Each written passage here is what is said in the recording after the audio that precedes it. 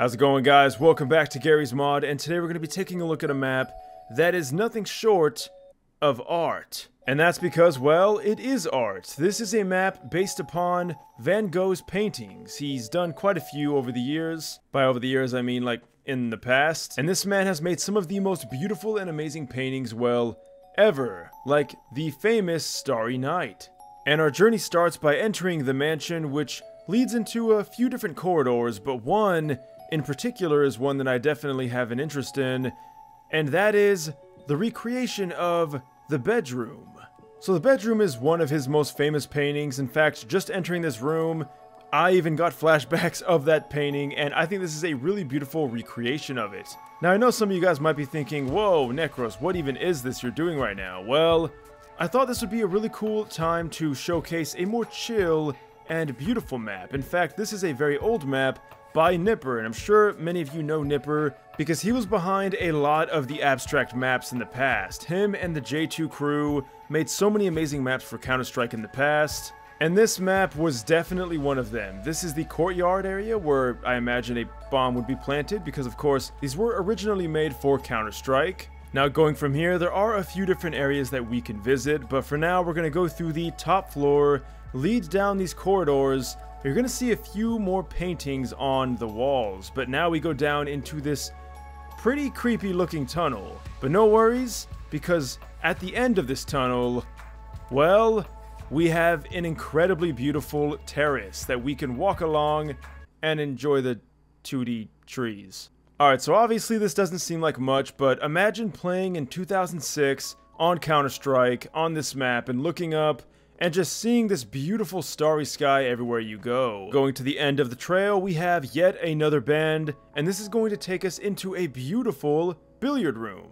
Now, I don't know if this one is based on one of his paintings, but it looks like it definitely could be. However, it's still a very beautiful and charming room to spend some time in. Going around this corner, though, we enter the town. So I'm not too sure of the significance of this part of the map. Again, could be another painting, but something about this just gives me a good vibe. I don't know why, this is probably one of my favorite parts of the entire map. There's just something so incredibly warming about taking a night out on the town and really just taking it all in. Now, unfortunately, this is where we're going to find our first, well, dead end. But of course, there is one entrance we can go into, and that's in this house here. Now, this does branch off into two different paths we can take. Taking this lower path is going to take us all the way down into the cellar.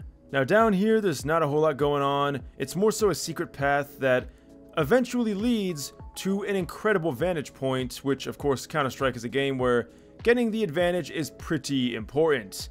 We have one set of ladders here going up, and we can see that beautiful vantage point to snipe your enemies. However, if instead we keep going down the path, you're going to find that, well, both of these paths lead to the exact same place. This is just going to be on the ground level, and this place is, of course, the church.